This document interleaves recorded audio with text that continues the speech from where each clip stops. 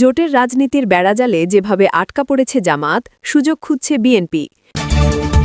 Trump প্রশাসনের এক গুরুত্বপূর্ণ কর্মকর্তার সঙ্গে তারেক রহমানের টেলিবৈঠক। চলন্ত বাসে কলেজ ছাত্রীকে গণধর্ষণ, চালক হেলপারসহ গ্রেপ্তার ৩। ভয়াবহ দাবানলে পুড়ছে ভারতের উত্তরাখণ্ড, ভারতের পাপের শাস্তি শুরু। এতক্ষণ শুনছিলেন সংবাদ শিরোনাম, এখন থাকছে বিস্তারিত। ত্রয়োদশ সংসদ নির্বাচন সামনে রেখে ভোটের রাজনীতি সরগরম হয়ে উঠছে। নির্বাচন সামনে রেখে কয়েকটি জরিপ প্রকাশের পর ভোটের হিসাব নিয়ে আলোচনা যখন তুঙ্গে, তখন জোট গঠন নিয়ে চলছে নানা নাটকীয়তা। বাংলাদেশে নির্বাচনের আগে রাজনৈতিক দলগুলোর জোট গঠনে দ্বন্দ্ব চরম আকার ধারণ করে।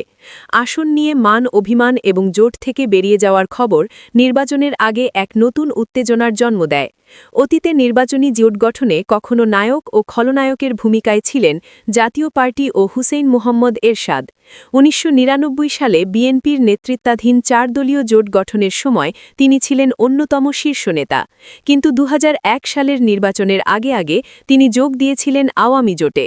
২০০৭ সালে 111-এর আগে এরশাদকে ঘিরে নানা নাটকীয়তা ঘটেছিল। নির্বাচনের তারিখ ঘোষণা করা হয়েছিল ২২ জানুয়ারি। এর আগে দর কষাকষিতে নামেন এরশাদ।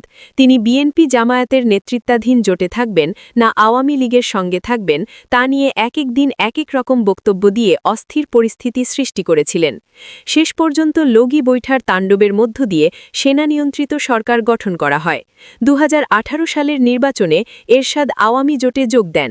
২০১৪ সালের নির্বাচনের আগেও তিনি নির্বাচনে যোগ না দেওয়ার নাটক করেছিলেন।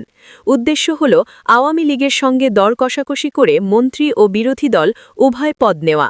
কোরবানির গরুর মতো তিনি ও তার দলকে নিলামে ওঠাতেন, যদিও তিনি বহু আগেই দিল্লির কাছে বিক্রি হয়েছিলেন। ফলে নানা নাটকীয়তা শেষে তিনি আওয়ামী লীগের গোয়ালে যোগ দিতেন। এবারের নির্বাচনের আগে জোট নিয়ে নাটকীয় ও অভাবনীয় ঘটনা ঘটেছে। চরমোনাইয়ের পীরের দল ইসলামী আন্দোলন বাংলাদেশের আমির ইসলামপন্থীদের ভোট এক বাক্সে আনার ফর্মুলা দিয়েছিলেন। তাতে অন্য কয়েকটি ইসলামপন্থী দলের সঙ্গে জামায়াত যোগ দেয়। গঠিত হয় ৮ দলীয় জোট। জামায়াতের আমির সফর করেন চরমোনাইয়ের দরবারে। বৃহৎ ইসলামপন্থী দল হিসেবে জামায়াত হয়ে ওঠে এই জোটের প্রধান দল। জোটে পরে যোগ দেয় আরও ৩টি দল। জাতীয় নাগরিক পার্টি এনসিপি, কর্নেল অলি আহমেদের লিবারাল ডেমোক্রেটিক পার্টি এলডিপি ও আমার বাংলাদেশ পার্টি বা এবি পার্টি যোগ দেওয়ার পর ইসলামী আন্দোলনে অস্বস্তি শুরু হয়। এনসিপি জোটে যোগ দেওয়ার পর থেকে নতুন কৌশল গ্রহণ করে ইসলামী আন্দোলন বাংলাদেশ। দলটি দাবি করে ১৪৩টি আসনে তাদের বিজয়ী হওয়ার মতো সমর্থন আছে।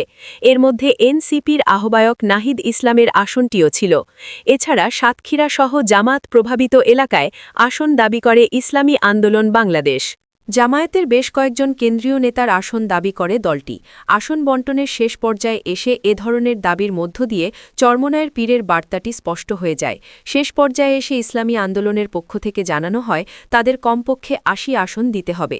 আসন নিয়ে ইসলামী আন্দোলন শুরু থেকে জামায়াতের ওপর চাপ সৃষ্টি করতে থাকে। প্রথমে দলটির জন্য ৪০ আসন ছাড়া হয়, পরে ৪৫টিতে গিয়ে দাঁড়ায়। এর সঙ্গে ৬ থেকে ৭টি আসন উন্মুক্ত রাখার প্রস্তাব দেওয়া হয়। কিন্তু ইসলামী আন্দোলন ৮০ আসনের জন্য ছিল অনড়। জোটে অন্য শরিকরা চরমোনাইয়ের পীরকে বোঝানোর চেষ্টা করেও ব্যর্থ হন। অপরদিকে ৮০ আসন ছাড়ার কোনো সুযোগ ছিল না জামায়াতের, কারণ এতে সম্ভাবনাময় আসনগুলো শুধু হাতছাড়া হবে না, একটি দলকে বিপুল সংখ্যক আসন ছাড়লে অন্য দলগুলোর পক্ষ থেকে আরও বেশি আসন দাবি করা হতো।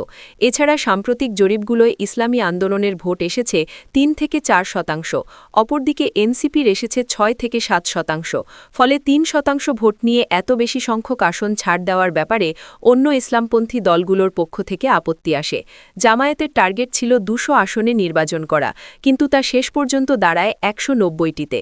এখন জোট থেকে বের হয়ে যাওয়ায় ইসলামী আন্দোলনকে ২৬৬ আসনে আলাদা নির্বাচন করতে হবে। বিএনপির পক্ষেও দলটির সঙ্গে এখন সমঝোতার কোনো সুযোগ নেই। ইসলামী আন্দোলনের ৩ থেকে ৪% কাছাকাছি ভোট আছে বলে মনে করা হলেও অতীতে কখনো দলটি থেকে সংসদ সদস্য নির্বাচিত হয়নি, বরং সবচেয়ে বেশি সংখ্যক প্রার্থীর জামানত হারানোর রেকর্ড আছে। অভ্যুত্থান পরবর্তী নির্বাচন কেন্দ্রিক রাজনীতিতে ধারণা করা হয়েছিল ইসলামপন্থী জোটের বিপরীতে জাতীয়তাবাদী ধারার বড় আকারের জোট গঠিত হবে। এনসিপি সেই জোটের সঙ্গে সম্পৃক্ত হবে। বিএনপির পক্ষ থেকে প্রথম দিকে এনসিপির সঙ্গে জোটবদ্ধ নির্বাচনের ব্যাপারে আগ্রহ দেখানো হয়েছিল। এনসিপির ভেতরেও বিএনপির সঙ্গে জোটবদ্ধ হওয়ার ব্যাপারে আগ্রহ ছিল, কিন্তু যখন নির্বাচনী জোট গঠন নিয়ে আলোচনা শুরু হয় তখন বিস্ময়করভাবে এনসিপিকে জোটে নেওয়ার ব্যাপারে বিএনপি তেমন আগ্রহ দেখায়নি।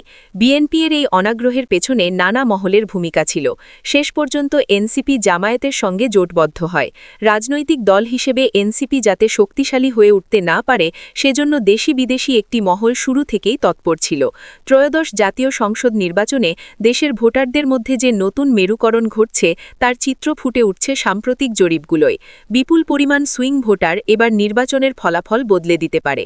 নির্বাচনে কোন দল কত আসন পাবে তার প্রকৃত চিত্র পাওয়া কঠিন হলেও দুই জোটের মধ্যে ভোটের ব্যবধান যে কম হবে তা নিশ্চিত করে বলা যায়। একই সঙ্গে তরুণ ও নারী ভোটারদের মনোভাবে বড় ধরনের পরিবর্তন আসার ইঙ্গিত পাওয়া যাচ্ছে। অভ্যুত্থান পরবর্তী সময়ে বিভিন্ন জরিপে ভোটারদের মনোজগতের পরিবর্তন সম্পর্কে ধারণা পাওয়া যায়। এ পর্যন্ত বড় আকারে যেসব জরিপ পরিচালিত হয়েছে তাতে দেখা যাচ্ছে আগামী নির্বাচন হবে তীব্র প্রতিদ্বন্দ্বিতাপূর্ণ। নির্বাচনে পতিত আওয়ামী লীগ ও জাতীয় পার্টি অপ্রাসঙ্গিক হয়ে পড়েছে।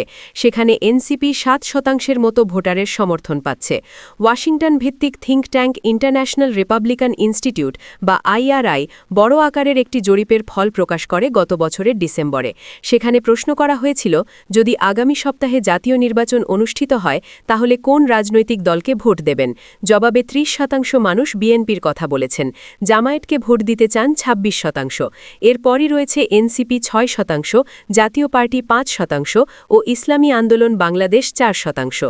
জরিপে অংশ নেওয়া 7% মানুষ বলেছেন কাকে ভোট দেবেন সেই বিষয়ে তারা এখনও নিশ্চিত নন, আর 11% বলেছেন তারা রাজনৈতিক দলগুলোকে ভোট দেবেন না। ট্রাম্প প্রশাসনের শীর্ষ এক কর্মকর্তার সঙ্গে বিএনপি চেয়ারম্যান তারেক রহমানের গুরুত্বপূর্ণ টেলি বৈঠক অনুষ্ঠিত হয়েছে। শুক্রবার সকাল 9টায় এই টেলি বৈঠকটি অনুষ্ঠিত হয়। শীর্ষ এই কর্মকর্তা হলেন US trade representative Jamieson Greer. আধা ঘণ্টার এই বৈঠকের শুরুটা ছিল অনেকটা নাটকীয়। ট্রেড নেগোসিয়েশনের নানা বিষয়ে আলোচনায় উঠে আসে। মিস্টার গ্রিয়ার জানতে চান এই ট্রেড নেগোসিয়েশনে তারেক রহমানের অবস্থান কি, বিশেষ করে বাংলাদেশ সরকারের তরফে যে আলোচনা হয়েছে তা নিয়ে তার মনোভাব কি।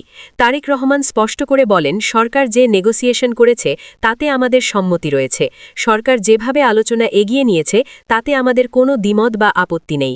বিএনপি চেয়ারম্যানের পররাষ্ট্র বিষয়ক উপদেষ্টা হুমায়ুন কবির এই টেলি বৈঠকের খবর নিশ্চিত করেছেন, তবে তিনি বিস্তারিত বলতে রাজি হননি।